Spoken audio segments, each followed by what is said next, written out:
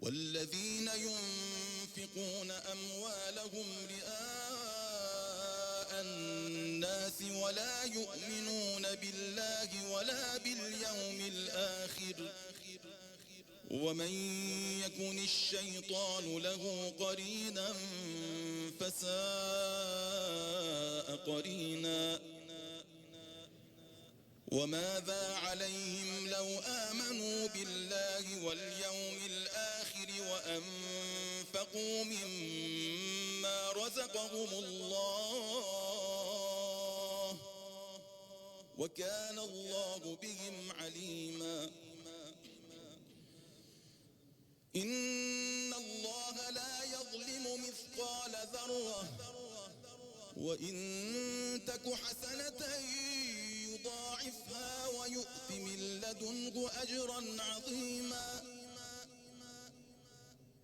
فكيف إذا جئنا من كل أمة بشهيد وجئنا بك على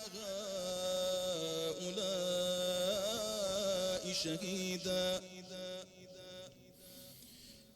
يومئذ يود الذين كفروا وعصوا الرسول لو تسوى بهم الأرض ولا يكتمون الله حديثا يا أيها الذين آمنوا لا تقربوا الصلاة وأنتم سكارى حتى تعلموا ما تقولون ولا جنبا إلا عابري سبيل حتى تغتسلوا وإن كنتم مرضى أو على سفر أو جاء أحد منكم من الغائط أو لامستم النساء فلم تجدوا ماء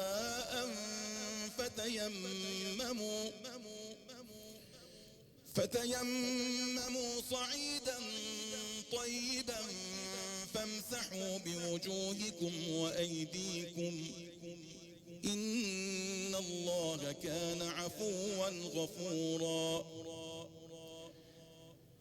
ألم تر إلى الذين أوتوا نصيبا من الكتاب يشترون الضلالة ويريدون أن تضلوا السبيل